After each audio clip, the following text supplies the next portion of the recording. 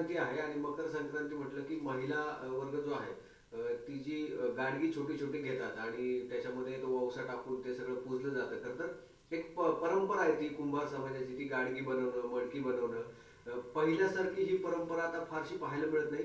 कुंभार समाजासमोर अनेक अडचणी असं अनेकदा कुंभार व्यावसायिक बोलताना सांगत असतात. नेमकं कुंभार समाजाचं पूर्वीपेक्षा आता काम कशा पद्धतीने चालू आहे आणि काय काय अडचणींना सध्या सामोरं जावं लागतं त्या संदर्भात प्रथमतः काय सांगा? प्रथमतः विघ्नर टाइम्सचे मी धन्यवाद व्यक्त करतो. आज आपण या मुलाखतीच्या दरम्यान अतिशय छान असा प्रश्न विचारलेला आहे. मेहरबान शासनाने 1966 रोजी आपल्या कुंभार समाजाला पिढीजात आणि पारंपरिक हा दर्जा देत असताना त्यांना त्यांच्या व्यवसायासाठी लागणारी जी माती आहे त्यामध्ये विटा असतील, कवले असतील, मडकी असतील, गाडगे असतील, बुळके असतील, ही सर्व देण्याचं काम मेहरबान शासनाने त्या निमित्ताने केलेलं आहे. 1966 आणि आज 2022 हे जर विचार केला तर जवळपास 56 वर्षाचा हा कालावधी आहे आणि 56 वर्ष मेहरबान शासनाने या पद्धतीने कुंभार समाजाला उन्नत आणि प्रगत करण्यासाठी आग्रही भूमिका ठेवली आणि त्या सुविधा देण्याचा प्रयत्न केलेला आहे.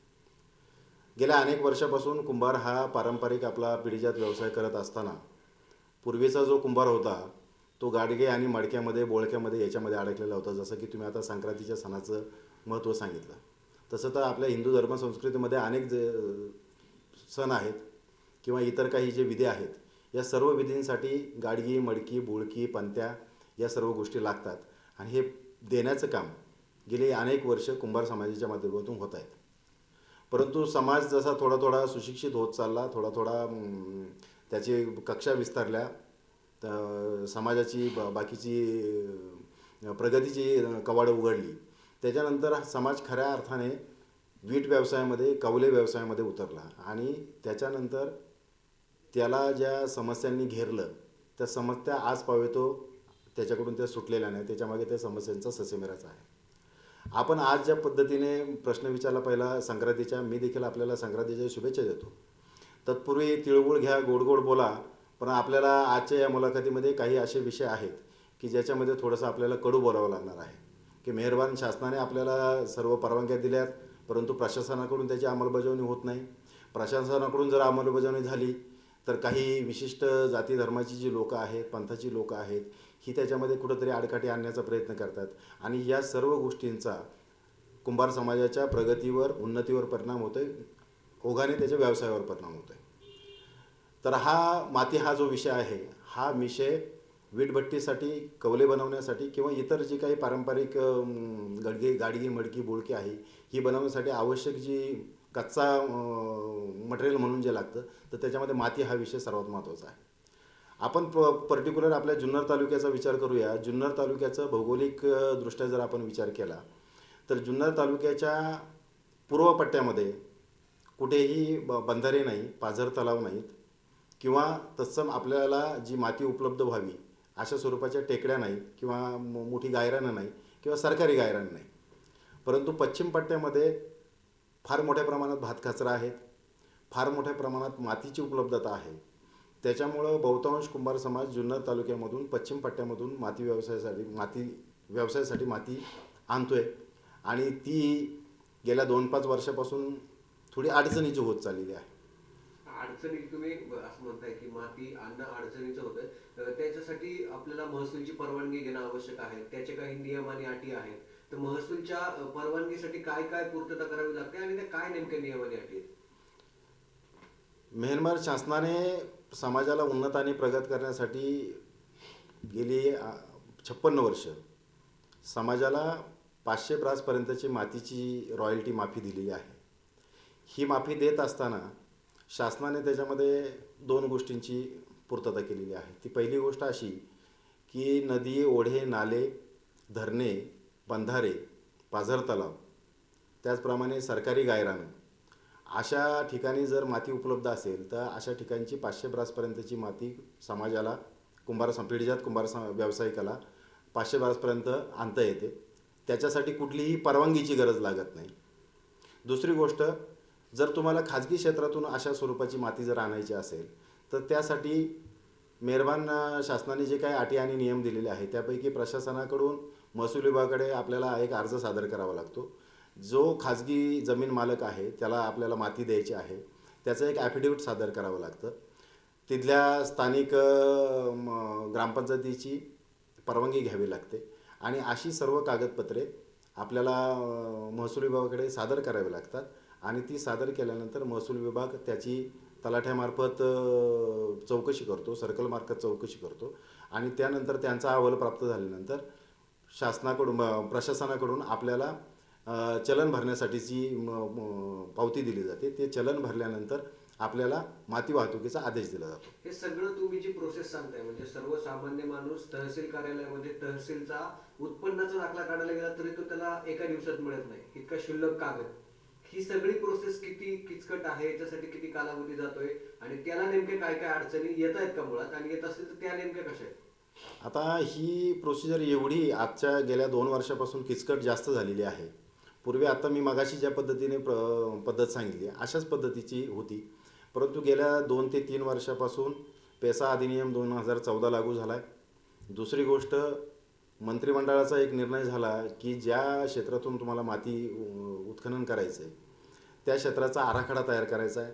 त्याला गौण खनिज आराखडा असं म्हटलं जातं आणि हा आराखडा करण्यासाठी महसूल विभाग, वन विभाग असेल, त्याचप्रमाणे पर्यावरण विभाग, प्रदूषण विभाग या सर्व मंडळींची महिन्याच्या 2ऱ्या मंगळवारी आणि 4थ्या मंगळवारी जिल्हाधिकारी कार्यालयामध्ये मिटिंग होते. त्या ठिकाणी प्रस्ताव आपल्याला पहिले पाठवावे लागतात गौण खनिज आराखड्याचे आणि ते मंजूर झाल्यानंतर आपल्याला नंतरची प्रोसिजर आहे.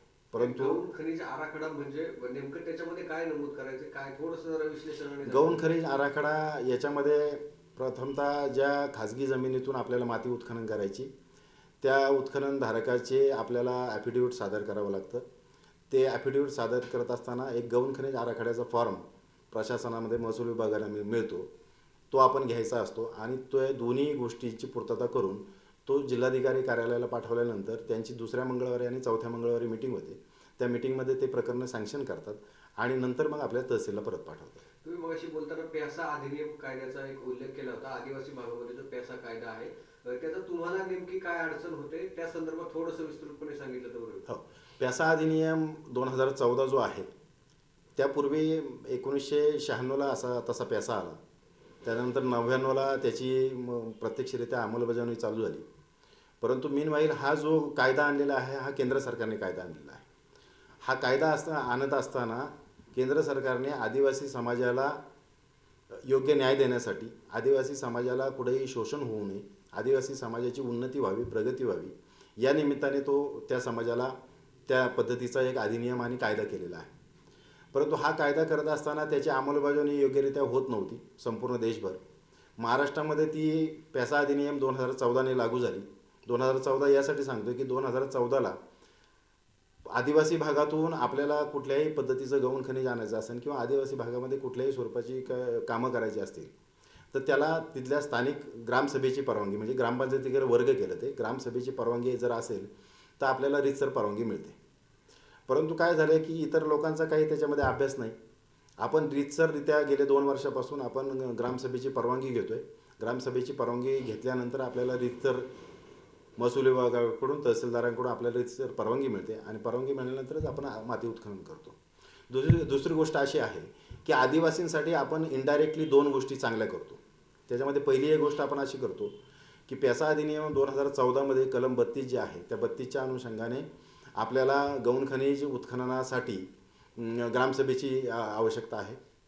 तत्पूर्वी गौण खनिज जे आपल्याला आदिवासी भागातून मिळते त्याच्यामध्ये पहिलं गौण खनिज कोणतं मिळतं आहे? माती. ती ही माती मिळत असताना एक गोष्ट आपण इनडायरेक्टली अशी करतो आहे की माती मिळण्यासाठी ही जी भातखाचरं आहे आदिवासी बांधवांची, ही आदिवासी बांधवांची भातखाचरं दिवाळीनंतर एकदा भात काढणीचा हंगाम चालू झाला का तोपर्यंत ती ही भातखाचरं पावसाळ्याच्या मध्यावधीमध्ये ती भरलेली असतात. अशी भरलेली भातखाचरं त्यांना पुन्हा लागवडीसाठी योग्य करण्यासाठी त्याचं खोलीकरण करणं गरजेचं असतं आणि हे खोलीकरण करण्यासाठी आपण इनडायरेक्टली आदिवासींना मदत करतो. हे असं खोलीकरण करून देत असताना आपण आदिवासींकडून कुठल्याही स्वरूपाचा मोबदला घेत नाही. उलट त्या ठिकाणावरून जी आपल्याला माती उपलब्ध होते त्या मातीचा आपण त्यांना मोबदला देतो. दुसरी गोष्ट अशी की पेसा अधिनियम 28 आणि 29च्या अनुषंगाने जलसंवर्धनची कामे आहेत. तर आपण गेली अनेक वर्ष, मला वाटतं जर गेल्या 2013-14 त्याच्यानंतर 15-16 आणि 17-18 या 3 वर्षामध्ये आपण आदिवासी भागामध्ये घाटघर असेल किंवा इतर तत्सम अंजनावळे असेल, ह्या दोन्ही भागामध्ये जे पाण्यासाठीचे जे बंधारे केलेले आहेत, या बंधाऱ्यांचं खुलीकरण माननीय तहसीलदार साहेबांच्या परवानगीने त्या ठिकाणी करून दिलेलं आहे. त्यामुळे आज रोजी जर आपण घाटघरच्या ठिकाणचा जो तलाव आहे त्या ठिकाणी जरा जाऊन पाहिलं तर त्या ठिकाणी जवळपास 4 ते 5 किलोमीटरपर्यंतच्या लोकांना पाण्याची व्यवस्था झालेली आहे.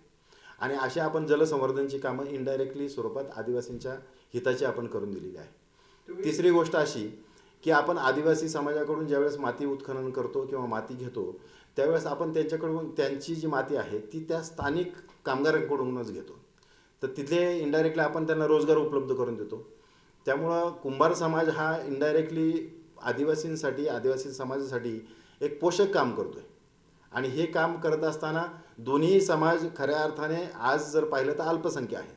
तर दोन्ही समाजाचा विचार माननीय तहसीलदार साहेब यांनी करावा आणि दोन्ही समाजाला योग्य न्याय द्यावा अशी आमची मागणी आहे. तर या निमित्ताने एक प्रश्न आहे. तुम्ही मगाशी बोलताना सांगितलं की शासनाने 500 ब्रास पर्यंत विनामोबदला माती उत्खनन करण्याची तुम्हाला परवानगी दिली आहे. त्याची खोली किती असावी ह्याचं काही नियम आहे का, की जमिनीत किती खालीपर्यंत तुम्ही खाणलं पाहिजे किंवा माती काढली पाहिजे?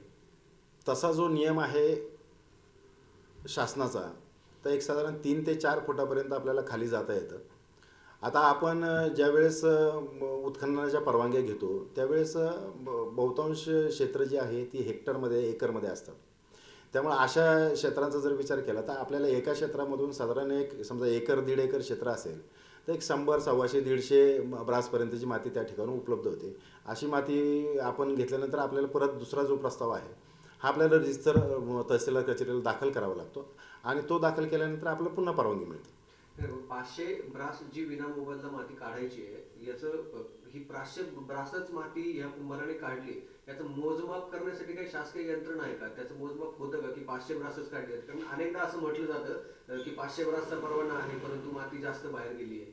असंही अनेकदा आदिवासी पट्ट्यातील अनेक नागरिकांनी त्यांचे मत व्यक्त केलेले आहेत. त्या संदर्भात नेमकी अतिशय तुमचा योग्य असा प्रश्न आहे की आणि या प्रश्नाने खऱ्या अर्थाने जे काही समज आणि गैरसमज झालेले आहे हे त्याच्यातून दूर व्हावेत. माननीय तहसीलदार ज्यावेळेस 500 ब्रासची आपल्याला परवानगी देतात त्यावेळेस त्यांचा रितसर त्या जागेचा सर्वे केला जातो. तो माननीय तलाठी करतात, माननीय सर्कल करतात आणि तो सर्वे केल्यानंतर त्यांना आपल्याला जी काही आपल्याला डेफिनेशन ठरलेली आहे 3-4 फुटाची, ही सगळे आयडेंटिफाय केल्यानंतर मी तुम्हाला जर मगाशी जसं सांगितलं की साधारण एकर भरामध्ये 100-150 ब्रासपर्यंत आपल्याला माती उपलब्ध होते आणि आपल्याला 1, 2, 3 प्रस्ताव त्या निमित्ताने सादर करावे लागतात. दुसरी गोष्ट अशी की शासनाने आपल्याला 500 ब्रासपर्यंतची जी रॉयल्टी माफी दिलेली आहे त्या अनुषंगाने शासनाकडे रेकॉर्ड आहे की 500 ब्रासमध्ये किती विटा तयार होतात. तर 500 ब्रासमध्ये साधारण एक व्यावसायिक 6.25 लाख विटा तयार करू शकतो.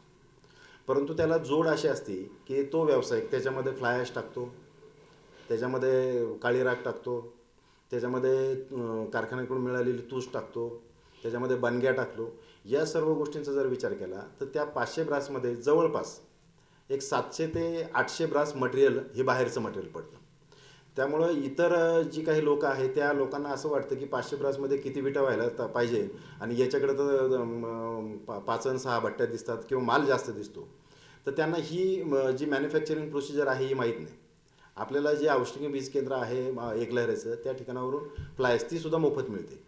ती फ्लायश या ठिकाणी आणल्यानंतर त्याचं जे प्रमाण आहे साधारण 40% माती, 60% फ्लायश असते. दुसरी गोष्ट त्याच्यामध्ये आणखी काळी राख येते, बनग्या येतात, तूस येतो. या सर्व गोष्टींचा जर विचार केला तर एक 500 ब्रास माती आणणारा व्यावसायिक त्याच्या वीटभट्टीवर साधारण एक 15 लाख माल तयार करू शकतो. आणि हा 15 लाख माल पाहून कदाचित लोकांना अशी शंका येत असेल की एवढा मोठा माल 500 ब्रासमध्ये कसा तयार होतो. तर ही तुम्हाला मॅन्युफॅक्चरिंग प्रोसिजर सांगितली. हा मुद्दा आणि अजून एक महत्त्वाचा मुद्दा, ही जी माती तुम्ही काढताय, पारंपरिक कुंभार समाज जेव्हा तहसीलच्या परवानगीने जेव्हा माती काढतो तर ती माती तुम्ही अवजारांच्या सहाय्याने किंवा हाताच्या सहाय्याने काढली पाहिजे असा काही नियम आहे का? त्या ठिकाणी मशिनरीचा वापर केला नाही पाहिजे असा काही नियम आहे का त्या संदर्भात? तसा 100% नियम आहे की ती मशिनरीच्या सहाय्याने ती उत्खनन करू नये. म्हणूनच मागाशी बऱ्याचदा असं पाहायला मिळतं की अनेक वेळा हे चित्र पाहायला मिळालं की आदिवासी पट्ट्यामध्ये जेसीबीच्या सहाय्याने माती काढली जाते किंवा ट्रॅक्टरची जी पुढची केनी आहे त्याच्या सहाय्याने बऱ्याचदा माती काढली जाते. मग हे नियमांचं उल्लंघन कुंभार समाजाकडनं होत नाही का? त्याच्याकडे कसं पाहताय तुम्ही? हां, म्हणून तर मी सांगितलं की मगाशीच मी तुम्हाला सांगितलं की कुंभार समाज हा पर्टिक्युलरली जी पोषक कामं करतोय आदिवासी बांधवांच्या निमित्ताने, तर मी सांगितलं की आमच्या सर्व कुंभार समाज वीटभट्टी व्यावसायिकांकडे जी वाहन आहे त्या वाहनांवर आदिवासी भागातील मजूर आहेत कामाला. मग आम्हाला काय करतं की ही लोकं आम्हाला सुचवतात की इथली खाचरं रिकामी आहेत, इथल्या खाचरांमध्ये जास्त माती आहे. त्यामुळं आमच्या कुंभार समाज बांधवांकडून जेवढा पण मातीचा उपसा होतोय हा मॅन्युअली होतोय, म्हणजे माणसांकडून तो उत्खनन केलं जातं आणि तो घेतला जातो. या तालुक्यामध्ये किंवा शेजारच्या तालुक्यांमध्ये केवळ कुंभार समाजच वीटभट्टी व्यवसाय करतो असं नाही. याच्यामध्ये अनेक समाजाचे व्यावसायिक आहेत. प्रत्येकाला माती लागते, त्यामुळे कोण कुठल्या पद्धतीने माती आणते याच्याबद्दल आम्ही आता सांगू शकत नाही. परंतु आमचे जे कुंभार समाज व्यावसायिक आहेत हे 100% त्या तिथल्या आदिवासी बांधवांच्या मजुरीच्या माध्यमातून या ठिकाणी माती आणतात. हा एक तुम्ही आता मुद्दा घेतला की कुंभार समाज सोडून इतरही अनेक बांधव असे आहेत की जे मातीच्या सहाय्याने वेगवेगळ्या प्रकारचे व्यवसाय करतात.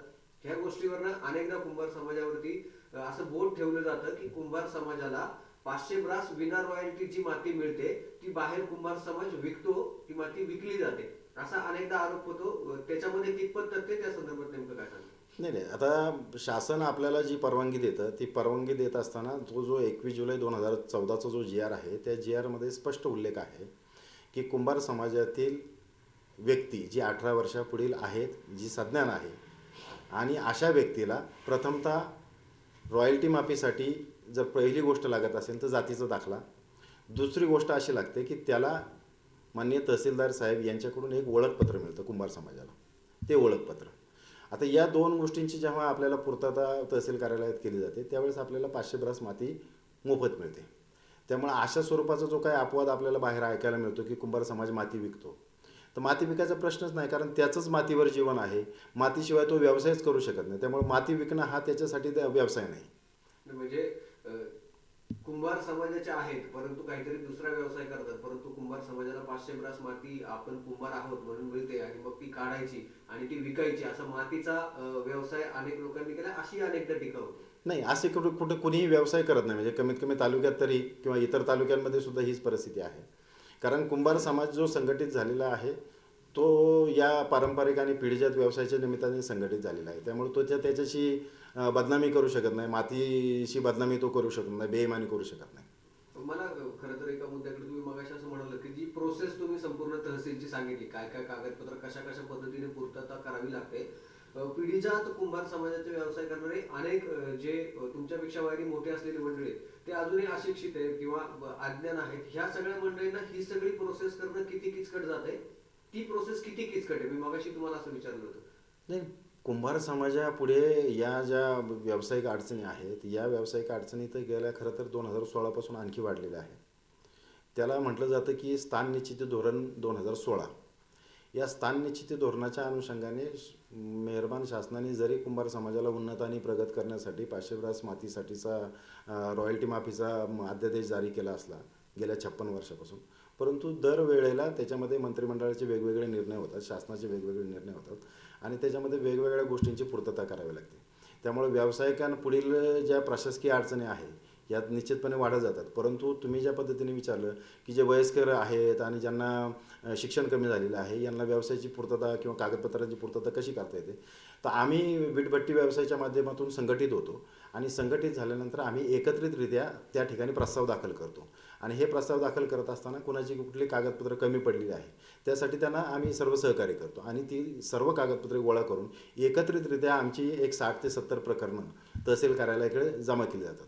दुसरी गोष्ट अशी, मागाशी तुम्ही जो माती चोरी किंवा माती देत नसतील किंवा कुंभार समाज हा एक प्रश्न विचारला, त्या अनुषंगाने आता याला हे जोडून उत्तर आहे की एका वेळेला आमची तहसील कार्यालयामध्ये 70 प्रकरणं जातात आणि एका वेळेला ती 70 प्रकरणं मंजूर होतात.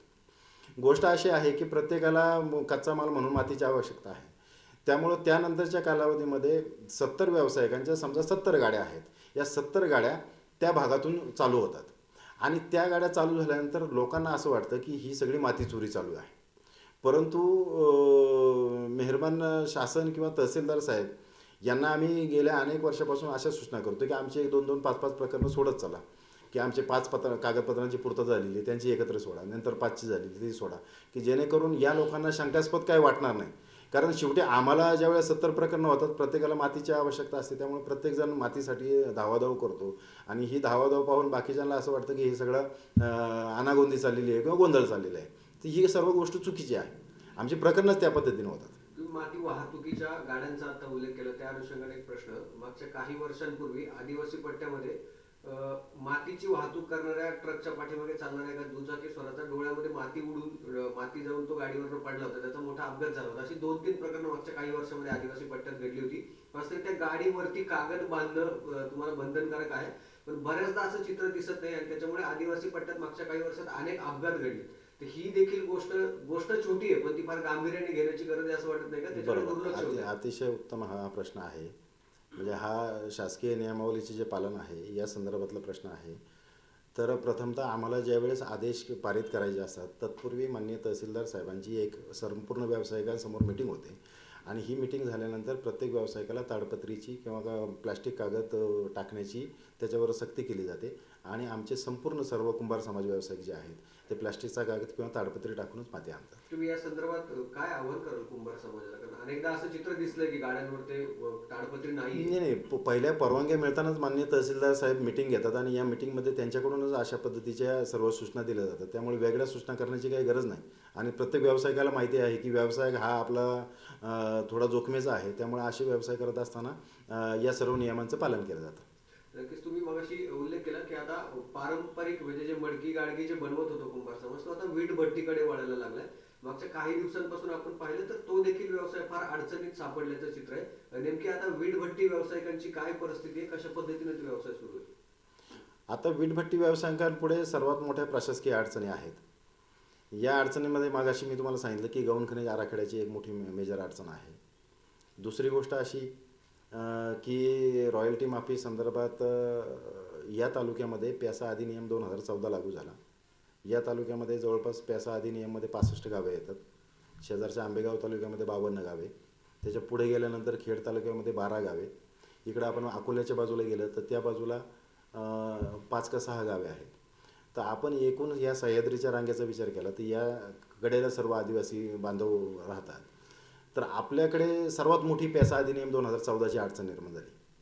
कारण आपल्याकडे अचानकपणे तो जो भौगोलिकदृष्ट्या त्या सह्याद्रीची जी रांग आहे ती आपल्याकडे फार सोमतवाडी किंवा इकडे माणिकडोह ह्या भागापर्यंत पोचली. त्याच्यामुळं अडचण अशी झाली की आपल्याला संपूर्ण जो भाग आहे जो आपल्याला खरं तर 15-20 किलोमीटर अंतरावर आपल्याला आदिवासी भाग आहे, परंतु तो संपूर्ण भाग 2014 अधिनियममध्ये गेला आणि त्याचीच खऱ्या अर्थाने आज मी माननीय शासनाला किंवा प्रशासनाला विनंती राहील की आपण भौगोलिकदृष्ट्या त्याचा विचार करा. दुसरी गोष्ट प्यासा अधिनियम 2014मध्ये त्यांचे जे काय पारंपरिक वनऔषधी आहेत, हिरडा आहे, बेहडा आहे, त्यानंतर काही आदिवासींच्या जमिनी हडप केल्या काही लोकांनी. इकडे गडचिरोली वगैरे भागामध्ये खूप त्याच्यावर अन्याय झाले. काही लोकांच्या जमिनी हडप केल्या. तर तसं तर काही होत नाही.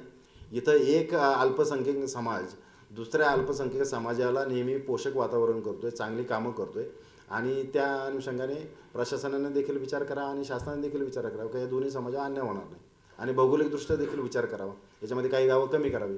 मागच्या काही दिवसांपासून एक बांधकाम व्यावसायिकांवर एक मोठी अडचण आहे की वीट जी आहे बांधकामासाठी लागणार तिचे रेट खूप वाढलेत आणि सर्वसामान्य नागरिक असं अप्रत्यक्षपणे सांगतायत की कुंभार व्यावसायिक विटेचे रेट वाढून अप्रत्यक्षपणे लूट करतायत. तर त्यांना तुम्ही नेमकं काय उत्तर द्याल, त्या संदर्भात काय सांगाल? नाही काय होतं की बाहेर समाजाला व्यवसायातल्या अडचणी माहीत नाही. बाहेरच्यांना बोलायला अगदी सोपं असतं. पण गेल्या 2 वर्षापासून आपण पाहतोय की पेट्रोल आणि डिझेलची वाढ एवढ्या भरमसाठ प्रमाणात झालेली आहे. दुसरी गोष्ट आपण इकडे पण पाहिलं की औष्णिक वीज केंद्राला देखील कोळशाचा तुतवडा आहे. त्याच्यामुळे मध्ये तर 2-3 दिवस महाराष्ट्रामध्ये वीज बंद होण्याची परिस्थिती निर्माण झाली होती.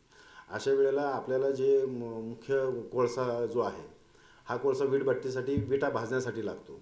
या कोळशाचे रेट ह्या सर्व डिझेलवाढीमुळे आणि कोळसा शॉर्टेजमुळे त्याचे रेट जवळपास मागच्या वर्षी जर तो कोळसा 10,000 रुपये होता तर यावर्षी 20,000 रुपये झालेला आहे. तर ही जी वाढ आहे या वाढीचा इनडायरेक्टली उत्पादनावर परिणाम झाला. उत्पादनाची किमती वाढल्या आणि ह्या सर्व किमती वाढल्यामुळं ऑब्व्हियसली त्याचे रेट वाढले. बांधकाम व्यावसायिक ह्या सगळ्या गोष्टीमुळे अडचणीत आलाय. याच्यावरती काय होऊ शकतं? म्हणजे सरकारकडनं तुमची नेमकी काय अपेक्षा आहे? कारण सध्या जर आपण पाहिलं तर जिथं पाहावं तिथं सिमेंटचं जंगल उभं राहताना आपल्याला पाहायला मिळते. त्यामुळे वीट ही कंपल्सरी भविष्यात लागणारीच गोष्ट आहे. तिचे रेट जर असे वाढत राहिले तर प्रत्येक गोष्टीचे रेट त्याच्यामुळे वाढणार आहे. म्हणजे त्याच्यामुळे घरांचे रेट वाढत आहेत, त्याच्यामुळे फ्लॅटचे रेट वाढत आहेत, सगळ्याच गोष्टीचे रेट त्याच्यामुळे वाढत आहेत. काय होणं अपेक्षित आहे? एक महत्त्वाची गोष्ट अशी की शासनाचे जे काही निर्णय आहेत त्याच्यामध्ये मातीचे उत्खनन कमी करणं हा शासनाचा महत्त्वाचा निर्णय आहे. दुसरी गोष्ट सिमेंट वीट किंवा सिपोरेक्स वीट या दोन्ही गोष्टींचा ज्यावेळेस सरकारी कामांना उपयोग होतो किंवा खाजगी कामांना वापर केला जातो तर त्याचे इनडायरेक्टली काही अग्रलेख आलेले आहेत की केवळ सिपोरेक्स किंवा केवळ सिमेंट वीट जर वापरली एखाद्या गृहस्थाने त्याच्या घरासाठी तर त्याला भविष्यकाळामध्ये कॅन्सर होण्याची शक्यता आहे. त्यामुळे माती हा एक सर्वोत्तम पर्याय आहे, कारण मातीची वीट जी आहे ती पाणी शोषते आणि पाण्याचा निचरा पण करते. त्याच्यामुळं तुम्ही अगदी बाहेरून सिमेंट प्लॅस्टर जरी असलं तरी तुमच्या घरामध्ये थंडावा राहतो. त्यामुळे माती हा बेस आहे विटांसाठी. आणि मातीची उपलब्धता कशा पद्धतीने होईल तर त्याच्यामध्ये अनेक पर्याय आहेत. तुमचे पाझर तलाव आहेत, त्याच्यानंतर तुमचे बांधारे आहेत, तुमच्या नदी आहे, नाले आहेत. सर्वात महत्त्वाचा जो माती मिळणारा स्रोत आहे तो आहे धरणाचं पाणलोट क्षेत्र. परंतु याच्यामध्ये प्रत्येक डिपार्टमेंट जे आहे समजा पाणलोट क्षेत्रासाठी धरण विभाग जो आहे आपला पाटबंधारे विभाग, पाटबंधारे विभागाकडून पाणलोट क्षेत्राची मुख्य व्याख्या आम्हाला मिळत नाही. माझा मुद्दाच मुळात तो आहे की अनेकदा कुंभार समाजाकडनं पाणलोट क्षेत्रासंदर्भात उल्लेख होतो किंवा मागणी केली जाते. तुमची पाणलोट क्षेत्रासंदर्भातली नेमकी भूमिका काय आहे आणि तुमची नेमकी शासनाकडे मागणी काय? पाणलोट क्षेत्रासंदर्भात मी तुम्हाला आता एक GR सांगतो की मेहरबान शासनाने 3/11/2010 मध्ये एक GR पारित केला, शासन निर्णय पारित केला.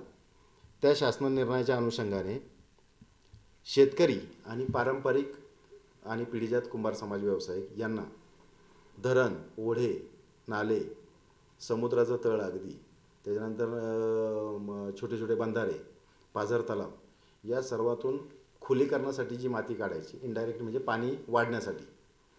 त्याच्यामध्ये गाळ उपसा हा जो एक महात्मा गांधी गाळ उपसा एक योजनामध्ये आली होती 2012च्या दरम्यान, नाही 1995च्या दरम्यान. तर अशा वेगवेगळ्या योजना शासनाकडून त्याच्यासाठी येतात. तर त्याच्यामध्ये धरणाच्या क्षेत्रामध्ये त्यांनी पाणलोट क्षेत्र आयडेंटिफाय केलेलं आहे. पाणलोट क्षेत्र म्हणजे काय की धरणामध्ये जो पाण्याचा साठा येतो, जो साठा येण्यासाठी जे नदीसारखं जे पात्र आहे त्याला पाणलोट क्षेत्र म्हटलं जातं. आणि आम्हाला पाणलोट क्षेत्रातून माती मिळावी अशी गेले अनेक वर्ष आम्ही त्याच्यामध्ये फाईट करतो आहे. 15-16, 16-17 आणि 17-18 पाटबंधारे विभागाकडून आम्हाला रीतसर परवानगी मिळाली होती. पण आता गेल्या 2-3 वर्षापासून पाटबंधारे विभाग असं म्हणतो आहे की आम्हाला माननीय कलेक्टर साहेब परवानगी देत नाही आणि त्यामुळे आम्ही तुम्हाला धरण क्षेत्रातून परवानगी देऊ शकत नाही. परंतु आम्ही त्यांना सांगतो की गेल्या अनेक वर्ष आपण पाणलोट क्षेत्राची परवानगी देत आहे, आम्हाला फक्त पाणलोट क्षेत्राची परवानगी द्या. माती काढण्याचा जो तुमचा पिरियड आहे तुम्ही मगाशी त्या संदर्भात सांगत होता, कधीपासून कुठपर्यंत तुम्हाला माती काढण्यासाठी शासकीय नियमानुसार परवानगी? साधारण हे बघा, दिवाळीमध्ये व्यवसाय चालू होतो आणि साधारण मेच्या एंडला व्यवसाय संपतो. म्हणजे हा जो व्यवसाय आहे याला प्री मान्सून बिझनेस म्हटला जातो, म्हणजे मान्सून पूर्व व्यवसाय. असं चित्र पाहायला मिळतं की नियम जिथपर्यंत आहे त्याच्या पुढेही अनेकदा माती काढतायत, त्याच्या पुढेही अनेकदा मातीची वाहतूक होताना आपल्याला चित्र दिसते. ते नेमकं कसं, तुम्ही काय एक्सटेन्शन करून घेताय की विना परवाना ती माती काढली जाते? ज्या व्यावसायिकाला अतिरिक्त मातीची आवश्यकता आहे तो 100 ब्रास 50 ब्रास त्याला अपेक्षित जेवढी माती आहे त्याचे वेगवेगळे चलन भरतो, त्याची रिसर रॉयल्टी भरतो आणि त्या पद्धतीने तो माती घेतो. त्यामुळे त्याच्यामध्ये काही चोरीमारीचा विषयच येत नाही. तुम्ही खरं तर ह्या व्यवसायाच्या निमित्ताने कुठल्या कुठल्या अडचणींना सामोरं जावं लागतं त्याचा खूप मोठा आलेख खरं तर मांडला.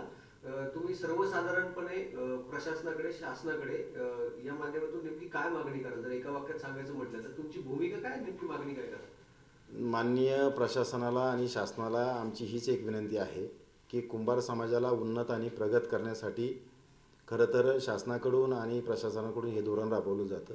आणि हे धोरण राबवत असताना त्याच्यामध्ये तुम्ही लाखो कागदपत्रांची पूर्तता मागता आणि या सर्व गोष्टींची पूर्तता करता करता व्यावसायिक मेहताकुटीला येतो. त्याच्यापुढे एकतर मोठमोठ्या अडचणी आहेत. एकतर सर्व जे व्यवसाय आहे हा अकुशल कारागिरांच्या माध्यमातून केला जातो. हे सर्व अकुशल कारागिरी जे आहे हे यवतमाळ, बुलढाणा किंवा मराठवाड्यातील किंवा विदर्भातील इतर जे काही जिल्हे आहेत या सर्व जिल्ह्यातून त्या कामगारांना आणावं लागतं आणि या कामगारांना आणल्यानंतर त्यांना मोठमोठ्या उचली द्याव्या लागतात. ह्या उचली दिल्यानंतर ते कामगार बऱ्याच वेळा व्यावसायिकांशी बेईमानी करतात. ते वीटभट्टी व्यावसायिकडून उचल घेतात आणि ऊसावाल्या मुकादमावर निघून जातात. त्याच्यामुळं व्यवसायाला पहिलीच अडचण ही आहे की कामगार मिळत नाही. दुसरी अडचण ही आहे की मातीच्या परवान्या जर मेहरबान शासनाने समाजाला उन्नत आणि प्रगत करण्यासाठी हे धोरण राबवलेलं आहे, परंतु माती परवाना मिळण्यासाठी 2-2, 4-4 महिने जातात. मग ही सर्वात दुसरी मोठी अडचण. आणि हे सर्व करण्यासाठी, एवढा मोठा व्यवसाय करण्यासाठी फार मोठ्या प्रमाणात कॅपिटल लागतं आणि हेच कॅपिटल जर ह्या सर्व गोष्टी जर जुळून आल्या नाही तर हे कॅपिटल वाया जातं आणि इनडायरेक्टली त्याचा व्यवसायावर परिणाम होतो, इनडायरेक्टली त्याचा व्यावसायिकावर परिणाम होतो.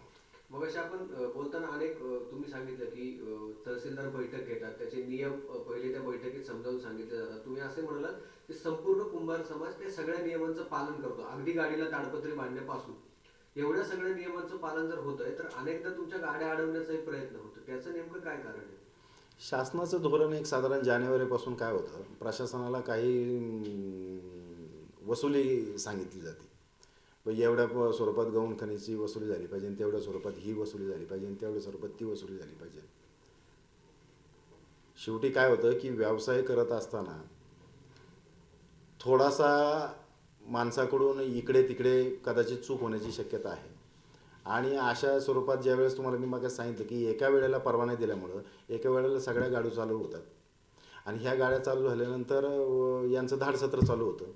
आणि हे हा जो मुद्दा तुम्ही सांगताय की तुम्ही असं म्हणताय की शासनाकडनं वसुली पथक नेमलं जातं किंवा शासनाला काही रेव्हेन्यू साठी त्या अडवल्या जातात, हे शासकीय झालं.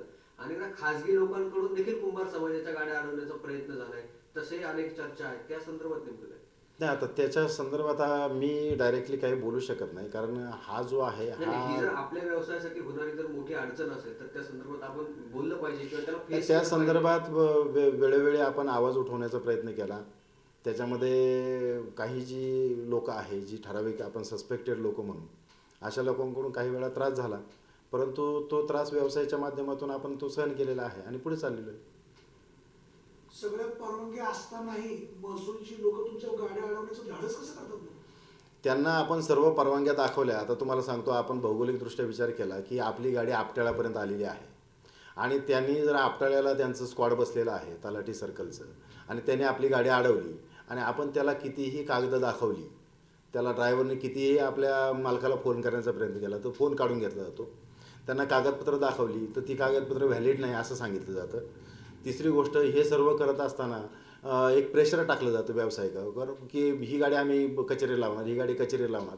आणि हो ना करता करता ते लोक कुणाचंही न ऐकता गाडी कचेरीला लावतात. शेवटी न्याय मागण्यासाठी तहसीलदार साहेबांपुढे आपल्याला न्याय मागावा लागतो, त्यांच्याकडे तारखान्याला जावं लागतं. तिथं नाही मिळालं नाही तर आपल्याला मान्य प्रांत साहेबांकडे जावं लागतं. तिथं नाही मिळालं तर अपर जिल्हाधिकारी. या सर्व प्रोसिजरमध्ये खरं तर व्यावसायिकांचं नुकसान होतं. परंतु या शासनाच्या आडमुठ्या धोरणामुळं की जर तुम्हाला जर प्रत्यक्षरित्या समजा स्पॉटला जर तुम्हाला परवाना दाखवलेला आहे, आदेश दाखवलेला आहे, तर तो तुम्ही कन्सिडर का करत नाहीत? नाही, सगळ्यात महत्वाची गोष्ट अशी आहे की जर परवानगी तुम्ही आमची कागदपत्र बघून दिली ना, हो. परवानगी देताना तुम्ही आमचे पेपर व्हॅलिड आहेत किंवा आमचे कागदपत्र योग्य आहेत म्हणून आम्हाला परवाना दिला. आणि मग जर आमच्या गाडीत किती माती आहे किंवा आम्ही किती माती काढतोय याबद्दल जर प्रशासनाला शंका आहे तर माती काढण्याच्या ठिकाणी त्यांनी त्यांचा माणूस बसवा ना, अशी पिळवणूक कुंभार समाजाची का करत? हो, आता ही पिळवणूक होते. याच्या पुढे वारंवार आपण शासन दरबारी दाद मागितलेली आहे. त्याच्यामध्ये कधी यश मिळतं, कधी अपयश येतं. परंतु हा जो सर्रास प्रकार आहे की स्क्वॉड जे आहे हे स्क्वॉड पर्टिक्युलर स्पॉटवर जात नाही. हे स्क्वॉड कुठेतरी रस्त्यावर थांबतं, गाड्या पकडतं. गाड्या पकडल्यानंतर शेवटी ऑब्वियसली स्क्वॉड आहे, त्याच्यामुळं कायदेशीर माणसं आहे, त्याच्याबरोबर त्यांच्याशी जास्त उजत घालता येत नाही. आणि कदाचित रात्रीची वेळ असते, 5ची वेळ असते, 7ची वेळ असते, कोण मालक पुढे गेलेला असतो, ड्रायव्हरचा मोबाईल काढून घेतला जातो. या सर्व गडबडीमध्ये ती एकदा कचेरीला गाडी आल्यानंतर तिला रितसर सोडवण्यासाठी शेवटी कायदेशीर मार्गाचा अवलंब करावा लागतो. आणि या सर्व गोष्टीचा मानसिक त्रास आणि आर्थिक त्रास या सर्व गोष्टींना सामोरं जावं लागतं. म्हणजे कुंभार समाजाचा जो पिढीजात व्यवसाय आहे तो काही शासकीय कर्मचाऱ्यांसाठी वसुलीचा धंदा बनला असं म्हणायचं का मला? इनडायरेक्टली आपल्याला तसं म्हणता येणार नाही, परंतु त्यांना जी काही प्रोसिजर सांगितलेली आहे शासनाने त्या पद्धतीने ते काम करतात. फक्त त्यांनी एक केलं पाहिजे, त्यांनी जस्टिसची भूमिका राबवली पाहिजे की त्यांना जर आपल्याला योग्य कागद सापडलेला दिसतोय तर त्यांनी ती गाडी सोडली पाहिजे. परंतु आता त्यांच्या पुढील काय अडचणी असतील त्या मी नाही सांगू शकत. ते गाडी डायरेक्ट कचेरीला आणतात आणि ती कचेरीला आणल्यानंतर तिला प्रोसिजर येते शेवटी. ती गाडी तुमच्या एकदा कस्टडीमध्ये आली म्हणजे तिला प्रोसिजर चालू होते आणि ही प्रोसिजर फार किचकट आहे. या सर्व गोष्टीची अडचण आहे की त्यांनी तिथंच निर्णय घ्यावा की जर त्यांना जर आपला आदेश दिसलेला आहे, रितसर गाडी व्यवस्थित त्या ज्या मार्गावरून माती उत्खनन केलेलं आहे त्या मार्गावरून येत आहे, तर या गोष्टी जर त्यांना आयडेंटिफाय झालेल्या आहेत तर त्यांनी ती गाडी सोडायला हरकत नाही. परंतु त्यांच्या व्यक्तिगत काय अडचणी आहे पण त्याचा सगळा मनस्ताप समाजाला भोगावा लागतो.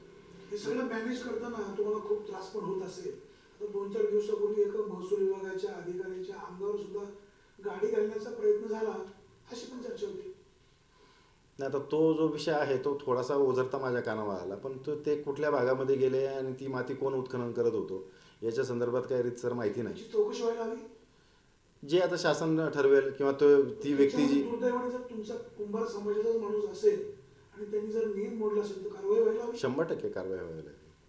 ज्याचा आता एक शेवटचा प्रश्न तर ह्या ज्या सगळ्या तुम्ही अडचणी सांगितल्या, ह्या अडचणीतून कुंभार समाज त्यांचा व्यवसाय करतोय.